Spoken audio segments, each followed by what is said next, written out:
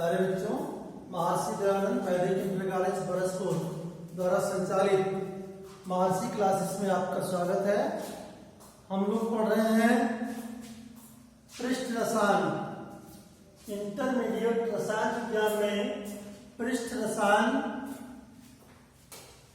वाले पाठ में आज हम लोग पढ़ेंगे कोलॉइड्स के प्रकार। सबसे पहले जान लीजिए, पदार्थों को दो श्रेणियों में बांटा गया है, एक क्रिस्टलाभ और दूसरा कोलॉइड। क्रिस्टलाभ और कोलॉइड, क्रिस्टलाभ इसे क्रिस्टेलॉइड कहते हैं और दूसरा है कोलॉइड।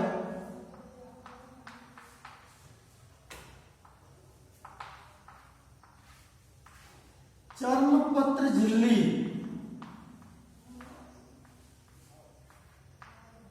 या जानतर झिल्ली के आधार पर, मिश्रण के आधार पर पदार्थों को दो भाग में बांटा गया है।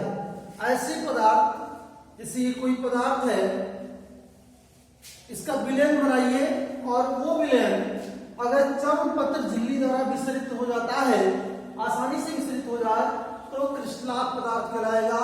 और जिन पदार्थों का विलयन चर्मपत्र झिल्ली द्वारा विसरित नहीं होता है वे पदार्थ कोलॉइड कहलाते हैं। मतलब चर्मपत्र झिल्ली के मिश्रण के आधार पर पदार्थों को दो श्रेणियों में बांटा गया है। पीछे हमने पढ़ा हुआ, एक क्रिस्टलाभ और दूसरा कोलॉइड। जिन पदार्थों का विलयन चर्मपत्र झिल्ली द्वारा आसानी से आर पार चला जाता है या विसरित हो जाता है उसे क्रिस्टलाभ या क्रिस्टेलॉइड, और जिनका विलयन चर्मपत्र झिल्ली द्वारा विसरित नहीं होता है वह कोलॉइड पदार्थ कहलाते हैं। क्रिस्टलाभ पदार्थों में जैसे यूरिया का नाम सुना होगा, NH2CO2, सुक्रोज का नाम सुना होगा, चीनी, यूरिया है, चीनी है, ग्लूकोज है, ये सब क्रिस्टलाभ पदार्थ हैं। इनको पानी में घोलेंगे तो आसानी से डिजॉल्व हो जाएंगे, घुल जाएंगे, और घुलने के पश्चात जो विलयन बनेगा वह विलयन चर्मपत्र झिल्ली द्वारा आसानी से विसरित भी हो जाएगा, इसलिए इनको क्रिस्टलाभ पदार्थ कहेंगे। दूसरा है कोलॉइड पदार्थ। जो पदार्थ जल या अन्य किसी प्रक्षेपण माध्यम में घुलकर कोलॉइड विलयन ना बनावे वह कोलॉइड पदार्थ कहलाते हैं। और कोलॉइड विलयन अगर बन भी जाए तो वह चर्मपत्र झिल्ली द्वारा विसरित ना हो। ऐसे पदार्थ जो जल या अन्य किसी प्रक्षेपण माध्यम में घुलकर सरलता पूर्वक विलयन नहीं बनाते हैं, और विलयन अगर बनता है तो वह विलयन चर्मपत्र झिल्ली द्वारा विसरित नहीं होता, तो वह कोलॉइड पदार्थ कहलाते हैं। जैसे ग्लू, बोन कहते हैं, gelatin, albumin, glue, gelatin, albumin, starch आदि ये ऐसे पदार्थ हैं जो कोलॉइड पदार्थ की श्रेणी में आते हैं। तो अभी आपने देखा क्रिस्टलाभ क्या है और कोलॉइड पदार्थ क्या है। चर्मपत्र झिल्ली के द्वारा विसरण होने के आधार पर उनको दो भागों में बांटा गया, क्रिस्टलाभ और कोलॉइड पदार्थों में। कोलॉइड पदार्थ कितने प्रकार के होते हैं हम लोग पढ़ेंगे।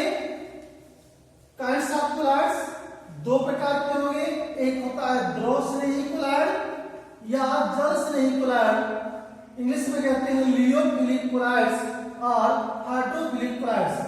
दूसरा है द्रव विरोधी कोलॉइड्स या जल विरोधी कोलॉइड्स, लियोफोबिक कोलॉइड्स और हाइड्रोफोबिक कोलॉइड्स। एक बात यहां जान लीजिए, आप अभी बताया गया कि ऐसे पदार्थ हैं, कोलॉइड ऐसे पदार्थ हैं जो जल या अन्य किसी प्रक्षेपण माध्यम, ये प्रक्षेपण माध्यम क्या है तो आप पढ़े होंगे विलयन। विलयन में दो घटक होते हैं, फर्स्ट विले is also known as solute, और दूसरा कंपोनेंट्स होता है विलायक, सॉल्वेंट कहते हैं इसको। ये वास्तविक विलयन है। वास्तविक विलयन के दो घटक हैं, एक विलेय और दूसरा विलायक। पढ़े होंगे पीछे आप, विलयन में जिन पदार्थों की मात्रा कम हो या जो पदार्थ कम मात्रा में घुला हो वह विलेय कहलाता है, या जो घुलने वाला पदार्थ है, घुलित पदार्थ है, वह विलेय होगा। और जिस माध्यम में कोई विलेय पदार्थ घुलता है या जिसकी मात्रा अधिक हो वह प्राय विलायक कहलाता है। जैसे चीनी और पानी का विलयन आपने बनाया तो इसमें चीनी विलेय और पानी विलायक होगा, ये आप भली भांति जानते हैं। उसी प्रकार अगर कोलाडी विलयन है, कोलाडी विलयन में भी दो घटक होते हैं, एक परिक्षिप्त अवस्था और दूसरा है परिक्षेपण माध्यम। परिक्षिप्त अवस्था और परिक्षेपण माध्यम, it is also known as dispersed phase, dispersed phase, और ये कहलाएगा डिस्पर्सन मीडियम। डिस्पर्सन मीडियम, परिक्षेपण माध्यम, सेम वही है। वास्तविक विलयन में जो विलेय पदार्थ हैं उसी को परिक्षिप्त अवस्था कहा जाता है या घुली हुई अवस्था। कुल्हाड़ी विलयन में जो घुलित कुल्हाड़ होता है या जिस पदार्थ का कुल्हाड़ी विलयन बनता है वह प्रायः डिस्पर्स फेज कहलाता है या परिक्षिप्त अवस्था कहलाता है। और वह माध्यम जिसमें कोई कुल्हाड़ पदार्थ घोला जाता है या कुल्हाड़ पदार्थ जिस माध्यम में घुलकर कुल्हाड़ी विलयन बनाता है उसे प्रायः परिक्षेपण माध्यम कहा जाता है या डिस्पर्स्ड फेज कहा जाता है। सपोज कीजिए जैसे स्टार्च का कुल्हाड़ी विलयन आपने बनाया, स्टार्च को पानी में घोला तो स्टार्च का कुल्हाड़ी विलयन बनेगा। अब इसमें स्टार्च जो होगा वो परिक्षिप्त अवस्था हो जाएगी और वाटर जो होगा या जल परिक्षेपण माध्यम कहलाएगा। बस आपको इतना जानना है कि वास्तविक विलयन में घुलित कणों को विलेय और घोलक को या जिस माध्यम में घुला होता है विलायक कहलाता है, और कुल्हाड़ी विलयन में घुलित अवस्था, परिक्षिप्त अवस्था और जो घोलक है माध्यम वह परिक्षेपण माध्यम कहलाता है। अब हम अपने टॉपिक पे आते हैं।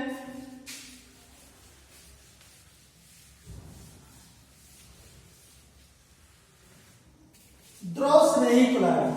कुल्हाड़ पदार्थ दो प्रकार के हैं, द्रव स्नेही कुल्हाड़ नाम से मालूम है, ऐसी कुल्हाड़ पदार्थ जो जल के संपर्क में आने पर शीघ्रता पूर्वक कुल्हाड़ी विलयन बना लें,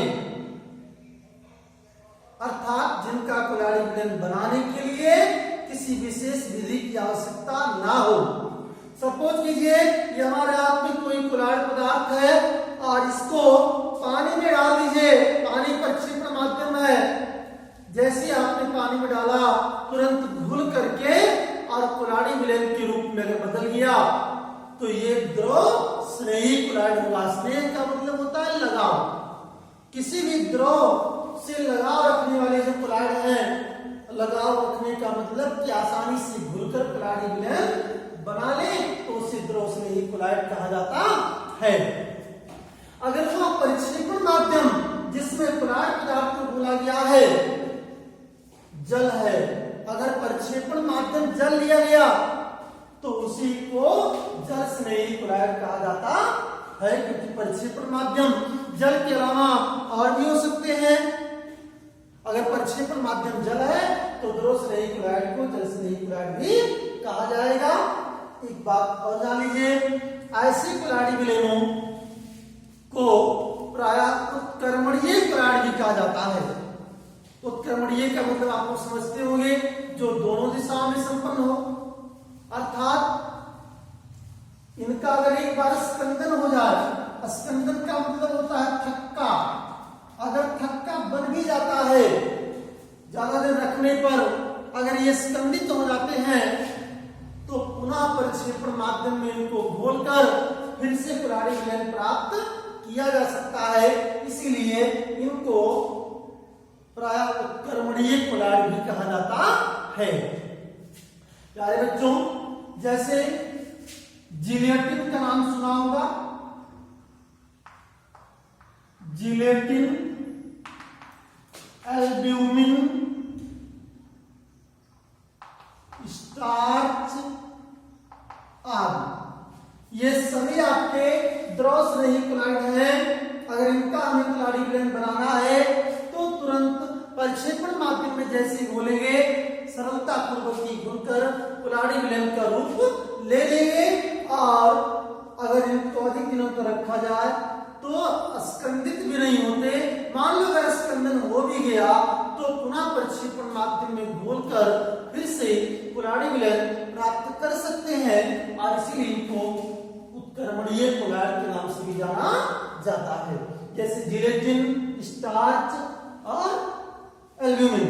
देखा होगा हम लोग तमाम तरह की औषधियां खाते हैं, कैप्सूल आता है, कैप्सूल जैसे मुंह में रखते हैं, पानी डालेंगे अंदर जाएगा, वो जिलेटिन की खोल के अंदर औषधियां बंद होती हैं, जिलेटिन डिजॉल्व हो जाता है और हमारी जो मेडिसिन उसके अंदर भरी है वो बाहर हमारी आहार नाल में चली जाती है, विस्तृत होकर के उस लक्ष्य आर्गन तक पहुंच जाती है। दूसरा है द्रव विरोधी कुल्हाड़ी। परिभाषा नाम से मालूम है, द्रव से नहीं समझ गए तो द्रव विरोधी समझने में कोई दिक्कत नहीं होनी चाहिए। द्रव विरोधी मतलब द्रव से विरोध करने वाले कुल्हाड़ी, अर्थात ऐसे कुल्हाड़ी पदार्थ जो जल या अन्य किसी परिक्षेपण माध्यम के संपर्क में आकर शीघ्रता पूर्वक कुल्हाड़ी विलयन ना बनाए, वो प्रायः द्रव विरोधी कुल्हाड़ी कहलाते हैं। और अगर वह परिक्षेपण माध्यम जल है तो इसी को जल विरोधी कुल्हाड़ी भी कहा जाएगा। It is also known as hydrophilic colloid. जैसे मान लो लोहा है आपका, लोहा, सोना, चांदी। सोने की कुल्हाड़ी विलयन को गोल्ड साल कहते हैं, चांदी की कुल्हाड़ी विलयन को सिल्वर साल कहते हैं, लोहे का कुल्हाड़ी विलयन फेरिक हाइड्रोक्साइड कहलाता है, आयरन साल कहलाता है। इस सब धातुओं को आप भी जानते हैं कि अगर जल यानी परिक्षेपण माध्यम में डाल दिया जाए तो क्या इनका कुल्हाड़ी विलयन बन जाएगा? आप कहेंगे नहीं बनेगा। क्यों नहीं बनेगा? क्योंकि ये द्रव विरोधी कुल्हाड़ी है, जल या अन्य परिक्षेपण माध्यम में घुलकर शीघ्रता पूर्वक कुल्हाड़ी विलयन नहीं बनाते हैं। इनको अनुत्क्रमणीय कुल्हाड़ी भी कहते हैं। अनुत्क्रमणीय क्यों कहते हैं तो आप बताएंगे, क्योंकि इनका एक बार स्कंदन हो जाने पर, अगर इनका एक बार थक्का बन गया तो दोबारा इनको परिक्षेपण माध्यम में घोलकर फिर से कुल्हाड़ी विलयन प्राप्त करना असंभव है, या दोबारा परिक्षेपण माध्यम में घोलकर कुल्हाड़ी विलयन प्राप्त नहीं किया जा सकता है और इसीलिए इसको अनुत्क्रमणीय कुल्हाड़ी के नाम से भी जाना जाता है। जैसे एग्जांपल्स, गोल्ड साल,